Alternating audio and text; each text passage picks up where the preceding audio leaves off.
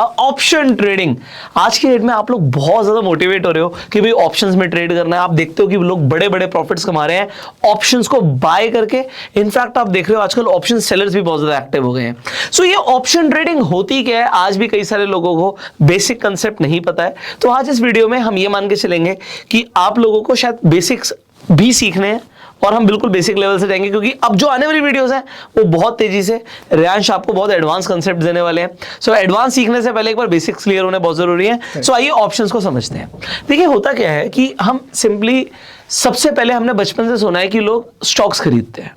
तो आपने सुना होगा किसी ने रिलायंस खरीदा, टाटा खरीदा, आपने आईटीसी खरीदा, आपने बजाज खरीदा, आपने टीवीएस मोटर खरीदा, आपने एमआरएफ खरीदा, आपने पिडिलाइट खरीदा, आपने बहुत सारे स्टॉक्स खरीद लिए।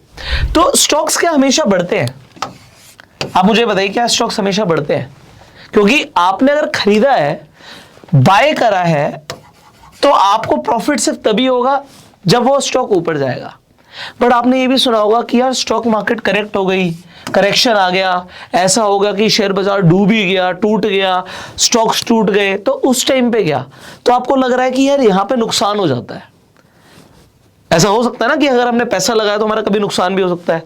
सो इस नुकसान का प्रोटेक्शन क्या है हमारे पास, इसका प्रोटेक्शन समझना बहुत जरूरी है। सो जो ऑप्शंस की आज लोग बात करते हैं, तो ऑप्शंस आए क्यों थे?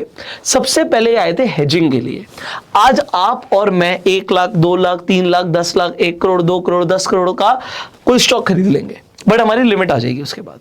पर आप सोचिए हमारे जैसे कितने सारे लोग हैं जो SIPs के थ्रू इन्वेस्टमेंट करते हैं। आप लगातार हर महीने SIPs कर रहे हैं। सो रियांश, मार्केट में हेज फंड्स हैं जो लोगों का पैसा मैनेज कर रहे हैं। अब हम हेज फंड को हेज फंड बोलते क्यों हैं? क्योंकि मार्केट में वो पैसा तो डाल रहे हैं, बट आपके पैसे के अगेंस्ट वो हेजिंग रखते हैं। करेक्ट। कि अगर मार्केट डूब भी गई, टूट भी गई, किसी दिन तो होगा ना कि किसी दिन तो मार्केट टूटेगी, क्रैश करेगी। सो क्रैश वाली सिचुएशन में भी आप लोगों का नुकसान ना हो, तो वो हेजिंग क्या होती है, आइए आज उसे समझते हैं। अगर कोई इंसान ट्रेड करता है तो ऑप्शंस के अंदर आपके पास 2 ऑप्शन है, एक कॉल ऑप्शन है, एक पुट ऑप्शन है। दोनों ही चीजों में अगर एक ऑप्शन है हमारे पास, तो अभी इसे समझाने से पहले कॉल को सी बोल देते हैं, पुट को पी बोल देते हैं। कॉल यूरोपियन, पुट यूरोपियन, क्योंकि हम यूरोपियन कॉन्ट्रैक्ट्स के अंदर डील करते हैं, तो अमेरिकन कॉन्ट्रैक्ट्स हम डील नहीं करते। ओके, तो हमारे पास जो है, हमारे पास यूरोपियन ऑप्शंस होते हैं।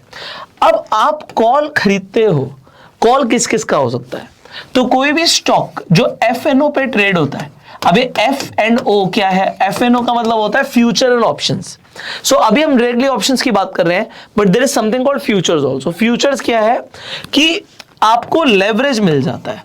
अब ये सारी चीजें जो मैं बोल रहा हूं, हो सकता है किसी को एक बार में ना समझ आ रही हो। वीडियो इंटरनेट पे अवेलेबल है, आप जितनी मर्जी बार देख सकते हो। सो लेवरेज का मतलब, अभी एक बार लेवरेज समझाना पड़ेगा थोड़ा सा टाइम लेके। देखिए बात कहां से शुरू होती है? बात यहां से शुरू होती है कि भाई हम बेसिकली इंटरेस्टेड है स्टॉक्स को खरीदने के लिए। आप सिंपली खरीदना चाहते हो, आपके पास 1 लाख रुपए है, आपके पास 1 लाख रुपए है, आप खरीदना चाहते हो, आप गए, आपने 1 लाख रुपए का स्टॉक खरीद लिया। अब मान लेते हैं वो स्टॉक एक दिन में 5% बढ़ गया, तो कितने का मुनाफा होगा रियांश? लगभग 5,000 रुपए का मुनाफा होगा। हम अभी चार्जेस वार्जेस हटा रहे हैं, हमारा सीधा 5,000 रुपए का प्रॉफिट हो गया, 5% बढ़ गया। बट रियांश कहता है यार रियांश 5,000 से मेरा क्या होगा भाई, रुपए 1 लाख रुपए है, बट मेरे को तो 25,000 रुपए चाहिए। अब 25,000 कैसे आएगा? तो अगर 5% ही बढ़ा तो आप लोग कहोगे यार ये तो पॉसिबल नहीं है। अगर 5% बढ़ेगा कोई स्टॉक और 1 लाख का खरीदा जाएगा तो फिर 5,000 ही आएगा, 25,000 तो नहीं आएगा। पर देयर इज एन ऑप्शन। तो ऑप्शन पे जाने से पहले एक फ्यूचर का ऑप्शन समझ लेते हैं। तो आप अपने ब्रोकर को क्या बोलते हो, यार मुझे ना फ्यूचर दे दे। तो फ्यूचर पे वो क्या बोलेगा, ठीक है जी मैं आपको 3 गुना की या 5 गुना की लेवरेज देने के लिए रेडी हूं। लेवरेज का मतलब क्या हो गया, आप तो मुझे 1 लाख का ही मार्जिन दोगे। मार्जिन क्या होता है? जो पैसा आप अपने ब्रोकर के पास रखते हो। अब ब्रोकर जैसे क्या हो गया, आपने अपने डीमेट अकाउंट अगर कहीं खुलवाया हुआ है तो डीमेट अकाउंट में आप फंड डालते हो, जो फंड हो गया वो मार्जिन की तरह यूज होता है। ठीक है, तो अगर आप लोगों के पास अभी तक डीमेट अकाउंट नहीं है, फ्री डीमेट अकाउंट का लिंक आपको डिस्क्रिप्शन कमेंट बॉक्स में मिल जाएगा, आप जाके अपना फ्री डीमेट अकाउंट खुलवा सकते हैं। अब आपके पास डीमेट अकाउंट आ गया, तो अगर आपके पास डीमेट अकाउंट है तो आप वहां पर क्या लिखेंगे? एग्जांपल आप रिलायंस लिखते हो तो रिलायंस के आगे आप FUT लिख दोगे। तो रिलायंस का वो फ्यूचर हो गया। अब फ्यूचर के अंदर भी मैं थोड़ा सा ऑप्शन समझाने से पहले फ्यूचर से समझा रहा हूं, क्योंकि कई लोगों को एफ एंड ओ एक साथ सुनने में आएगा और उन्हें फ्यूचर्स नहीं समझ आएगा। तो फ्यूचर्स में आपके पास 3 तरीके की एक्सपायरी होती है, एक करंट मंथ की एक्सपायरी, एक नेक्स्ट मंथ की एक्सपायरी, एक फार मंथ की एक्सपायरी। सो एग्जांपल, आज मैं जो ये वीडियो बना रहा हूं ये मई में बना रहा हूं, तो अगर आप जाके रिलायंस एफयूटी लिखोगे सो आपको एक मई की एक्सपायरी दिखेगी, एक जून की एक्सपायरी दिखेगी, एक जुलाई की एक्सपायरी दिखेगी, ठीक है।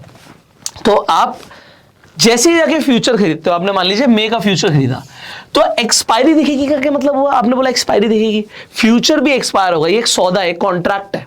तो जब भी हम कोई कॉन्ट्रैक्ट, एग्रीमेंट, कॉन्ट्रैक्ट करते हैं तो उसकी एक डेट होती है, ये कब खत्म होगा। सो इसकी फ्यूचर की जो डेट है वो last Thursday of the month होती है। तो मई के अंदर जो लास्ट थर्सडे होगा, जून के अंदर जो लास्ट थर्सडे होगा, जुलाई के अंदर जो लास्ट थर्सडे होगा, वो हमारा फ्यूचर का हमारा कॉन्ट्रैक्ट एक्सपायर हो जाएगा।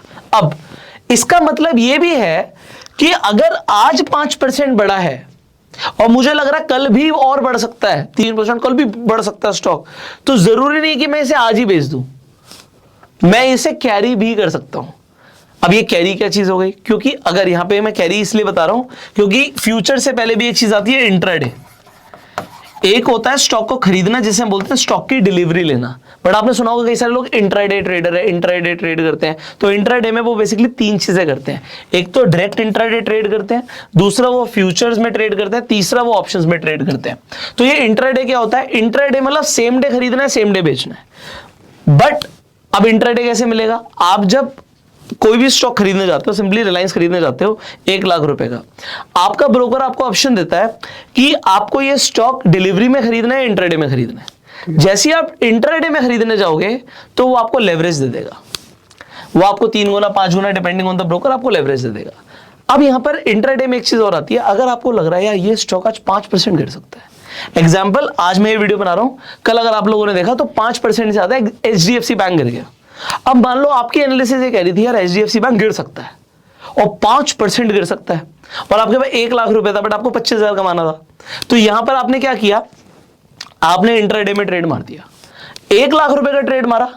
अब अगर 1 लाख रुपए का ट्रेड मारा और 5 गुना का हमें लेवरेज मिल गया, तो रियांश में कितने पैसे मिल जाएंगे अगर 5% टूट गया तो? 1 लाख का 5 गुना 5 लाख, उसमें 5% हमें मिल गया तो 25,000 रुपए हो जाएंगे। 25,000 रुपए हो जाएंगे, मजा आ जाएगा। बट एक चीज और है, अगर आप गलत निकले तो लॉस भी 5 लाख पे होगा। करेक्ट। सेम फ्यूचर्स के अंदर यही हो गया, बट फ्यूचर्स में क्या हो गया? सेम डे सौदा काटने की जरूरत नहीं है, आपके पास एक्सपायरी तक का टाइम है, और एक्सपायरी के बाद लोगों की पोजीशंस रोल ओवर होती है, तो इसे रोल ओवर बोलते हैं। मतलब लोग आगे ले जाते हैं, उन्हें लग रहा है अभी चल रहा है, मान लो मार्केट अप ट्रेंड में जा रही है, तो उन्हें लग रहा है हाँ फ्यूचर्स में मजा आ रहा है, बट मे का कॉन्ट्रैक्ट एक्सपायर हो रहा है, चलो जून में चले जाते हैं। तो this is known as roll overing the position. आगे बढ़ते हैं, अब हम आ जाते हैं अपने ऑप्शंस के अंदर। अब आप अगर फ्यूचर्स खरीदने जाओगे तो आपको लगता है ज्यादा मार्जिन, ये सिंपल सी चीज है, आप मार्जिन चेक कर सकते हो। अगर आप सिंपली कॉल या पुट टू बाय करते हो तो बहुत कम मार्जिन लगता है।